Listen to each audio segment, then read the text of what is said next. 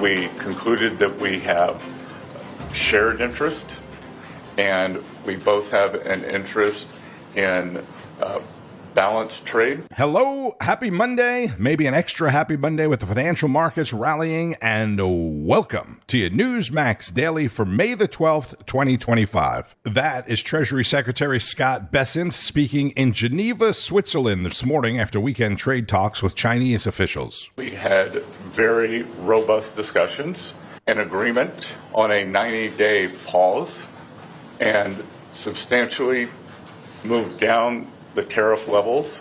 Both sides on the reciprocal tariffs will move their tariffs down 115%. So that brings the tariffs from both sides down to 30% for 90 days. And this is U.S. Trade Representative Jamieson Greer, who also helped negotiate the pause. I know everybody's calling it a deal. It's really a pause, but I guess it is a deal that they agreed to pause and to bring it down to 30%. Both the Chinese and the United States agreed to work constructively together on fentanyl, and there's a positive path forward there as well. Again, that's U.S. Trade Representative Jamieson Greer. And fentanyl, if you remember, is really what started it all, right? Fentanyl was initially the root cause of the tariffs, not only for China, but for other countries. Before we dive into that and all the other weekend news, let's go right to the White House, where President Trump scheduled an early morning executive order signing alongside Health and Human Services Secretary RFK Jr.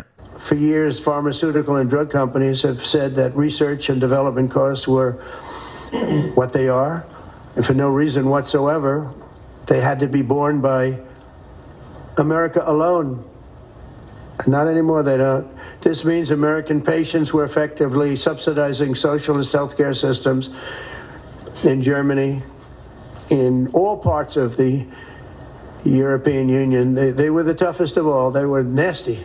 And I see that with trade too. European Union is in many ways nastier than China and very unfair. So they're going to have to pay more for health care, and we're going to have to pay less. That's all it is. And believe it or not, because it's really the world we're talking about, not just the European Union, but because it's the world, the numbers are, for the healthcare company, not as bad as you would think. They'll make the same. I think the healthcare companies should make pretty much the same money. I really don't believe they should be affected very much, because it's just a redistribution of wealth. It's a redistribution where it could be the same top line, but it's going to be distributed differently. Europe's going to have to pay a little bit more. The rest of the world's going to have to pay a little bit more, and America's going to pay a lot less. Another promise made, another promise being kept. President Trump, with RFK Jr., the Health and Human Services Secretary, by his side, signing an executive order first thing this morning at the White House to cut pharmaceutical costs for America, or as he said, rebalance the costs across the world. President Trump is now on his way to the Middle East, the first major foreign trip of his second term. After stopping in the UK later today, the president will arrive in Saudi Arabia first. Then he'll go to Qatar, who wants to give President Trump a $400 million jet to replace Air Force One.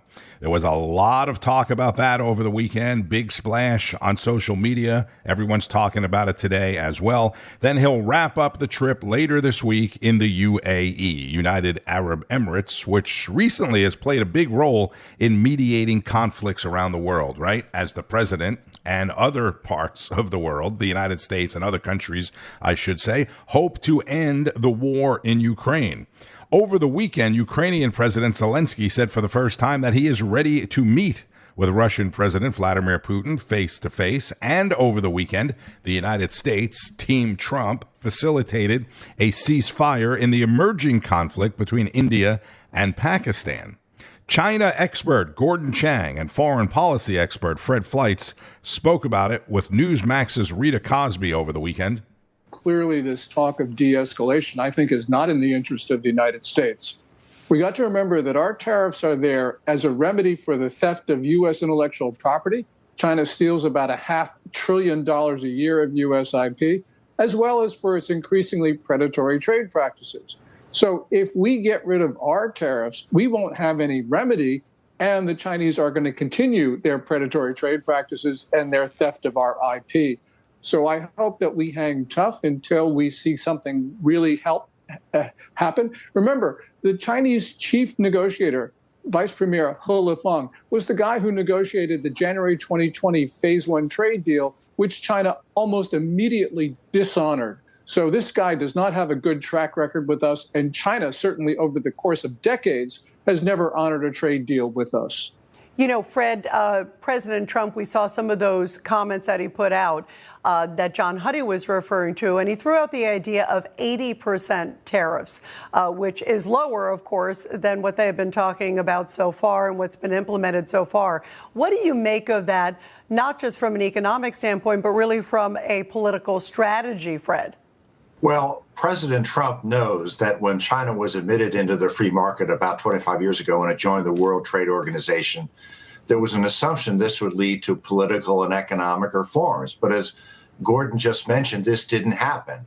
China has exploited trade, it's stolen property, and it has basically engineered an enormous transfer of American wealth to China. It has an enormous trade surplus because it is an export-driven economy that survives by cheating on trade and stealing our intellectual and our military secrets. President Trump knows this. That's why he has been so tough on China. And you can see with the rising unrest in China right now, it's having an effect because all these factories in China, these millions and millions of workers, they depend upon this unfair trade. And we're going to have a settlement to stop this theft of American trade and American intellectual property. Yeah, and that is, of course, a biggie. That is a huge aspect of this. Gordon, too, and Fred knows this all too well. It's been interesting because in the last few days, there have been protests within China, and that's extraordinary. I mean, the world needs to know that when I heard that, I had to do a double take because to see people protesting within the country, explain why that's so significant, Gordon. Well, it's significant because China's export sector is in distress. Even before President Trump took the oath of office for his second term, Chinese export-oriented factories, especially those in the South, were in trouble. They basically did not have enough orders to remain profitable. But with President Trump's tariffs, many of them have gone out of business. They're not paying wages to employees, and that's why we're seeing all these protests. What we should be looking at are protests against the banks, which have just started, according to some reports. And this is important because it means that smaller loans are going into default. Smaller financial institutions, therefore, have liquidity problems. They can't make all of the withdrawals that are demanded. And that will shake the Chinese financial system if they continue. China expert and author Gordon Chang on Saturday Report with Rita Cosby. Keep in mind, China is also experiencing what is probably the largest real estate crisis in the world, maybe the largest real estate crisis anywhere ever. And hundreds, literally hundreds of banks have already shut down in the past year. Things are not good there. Don't forget, the weekend started with the big announcement of the UK trade deal. This is Newsmax host Bob Brooks. I know it's been a busy week with all the new Pope stuff, and that kind of dominated a lot of the coverage, but I think we should talk about this tonight. All the winning President Trump and company got done this week, and way beyond that. Okay, if you voted for President Trump, you should be heading into the weekend feeling pretty good. Well, clearly, the Trump administration is as well. I want to start with this. This moment in the Oval Office yesterday seemed like they were having fun while talking about the new trade deal struck with the UK. And the Democrats are fighting it only because they want to fight. They have Trump derangement syndrome. You know, if it was somebody else, they wouldn't fight. If you had a normal person, if you had some stiff sitting behind you, they'd be fine. But they have Trump derangement syndrome. You know, Senator Schumer's become a Palestinian. Welcome. I don't know when they're going to give him the ceremony, whatever the ceremony may be. But it's terrible what's happened to the Democrats. One thing I've always said is Trump is hilarious. He's a funny guy, genuinely. Even the guy from the UK was laughing in that video, and he's right. The president is right. It is terrible what has happened to the Democrats. Imagine this, everybody. There's a new era being ushered in here in the United States, one that prioritizes us, the American people. President Trump is systematically going from country to country, reworking trade deals to benefit the American people, and you're completely against it. Imagine that. Doesn't make much sense to me, as I'm sure it doesn't make much sense to you either at home watching. But like the president said, they have severe cases of Trump derangement syndrome, TDS. That's going to be an arching theme tonight. They're so eager to try and make him look bad, they wind up with egg on their face time and time again. Here is the former White House press secretary, Jen Psaki, hours before President Trump announced the UK deal. And then we got some others from MSNBC. It's been more than a month, if you can believe it, since Donald Trump announced his sweeping and pretty ridiculous tariffs. But Mr. Art of the Deal, as he calls himself, has not yet struck a single trade deal, not a single one, with any single country. This is relatively low-hanging fruit. If you can't get a trade deal with the longest-standing and loyalist United States ally anywhere in the world over. Donald Trump is backed into a corner. His grand plans of tariffs aren't working, right? You're seeing day in and day out more business leaders, whether it's Warren Buffett or Jamie Dimon or Ken Griffin, on big global stages saying this is going to crush us economically. So here's what the deal that he got done does. The UK deal opens up the market, the access for our companies to the tune of $5 billion. It anticipates $6 billion in annual tariff revenue for the United States as Trump imposes a set 10% tariff on the UK. And now we can sell products in their market like ethanol, beef, ag products into the UK as the UK lowers its average tariff down to just below 2%. How about them apples, everybody? And remember this, the stock market, remember, it was crashing. We are witnessing a market meltdown triggered by President Trump's historic trade war. Take a look. All three U.S. stock indexes hemorrhaging at the closing bell just moments ago. They went from we're going to lower prices on day one to you're going to need to take some short-term pain, and now none of us know how long that pain is going to last. I will contain my anger, but only because I lived through 87, and in the end, I came out okay. I was in cash for the crash. I know what this feels like. See the screen? The S&P 500 is down just 3% on the year. That is nothing. I hope all of you bought a little stock while it was down for literally a couple of days. So, yeah, the stock market crash didn't happen. And anyone remember the inflation under Democrats? Pretty bad, right? Like I said, tonight, we are going to be doing some celebrating. So here is this. The U.S. inflation rate now sits at 2.39% compared to 2.82% a month ago, and last year at this time, 3.48% winning. Thank you, President Trump. You said you'd get the inflation rate down, and you have. Bob Brooks is the co-host of American Agenda, 2 o'clock Eastern on Newsmax. And put this on your radar. Tomorrow morning, we'll get a CPI report for April. That's the Consumer Price Index, which will give us a fresh look at the nation's inflation. But sticking with the theme here, especially after President Biden resurfaced last week, Jon Glasgow gave us this on Sunday Report. This is good stuff. You remember the first time that you got caught lying as a child. Maybe you took a slice of cake that mom told you not to eat, and then when mom challenged you, what did you do? You doubled down. You say, maybe your siblings ate it, maybe the dog ate it. And when mom says, well, what's all that chocolate on your face? You say, it's not chocolate, it's dirt. Well, at some point, you have to realize that you've just dug yourself in too deep. And unless you're a congenital liar, you stop, admit it, and ask for forgiveness. Unless you're Joe Biden. Then you just keep doubling down over and over. Remember when Joe ran for president in 1988? Well, he plagiarized. Watch. Cannot measure the health of our children. The health of our children. The quality of our education. The quality of their education. The joy of their play. Or the joy of their play. Word for word. He stole from both John F. Kennedy and Robert F. Kennedy. And not to forget, he plagiarized a speech from British Labour politician Neil Kinnick. Watch this. No, it's not because they weren't as smart. It's not because they didn't work as hard. It's because they didn't have a platform upon which to stand. Anybody really think that they didn't get what we had because they didn't have the talent or the strength or the endurance or the commitment? Of course not.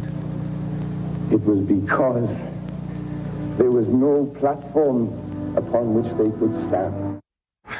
You would think someone who gets caught so flagrantly plagiarizing would give up. But Joe Biden doubled down. When asked about his law school career, here was his answer. I went to law school on a full academic scholarship, the only one in my class to have a full academic scholarship. Went back to law school and, in fact, ended up in the top half of my class.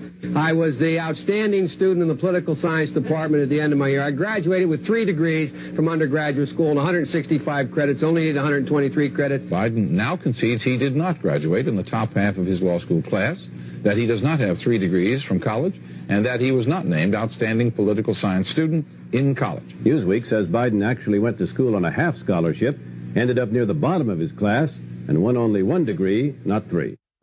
Back then, the media wasn't as forgiving as they are now. Now, if you or I were caught in such a web of lies and deceit, being honorable people, we would probably keep a lower profile. But not Joe Biden. He doubled down and ran again for president in 2008. During this whole career as a politician, it's always been known that Joe Biden and the truth had only a passing acquaintance. And every time that he was caught, he relied on the one trick that he knew best. He doubled down. Watch.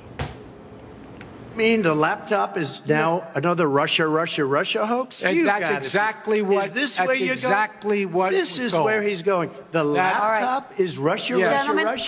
So that takes us up to last week, when President Biden and former First Lady Jill appeared on The View. Joe and Kamala Harris, he said that she lost the election because of COVID, racism, and sexism. That's not true. They lied about Joe Biden denying access to Joe to the public. That's not true as well. He said that he would have won if he'd stayed on the ticket. And there is no evidence of that. But perhaps the biggest lie of all, how many days he spent on the job. Watch.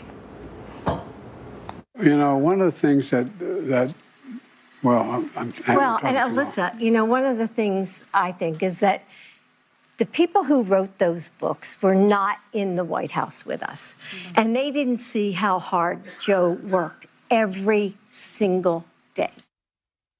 Biden, who spent 577 days away from the White House, around 40% of his presidency.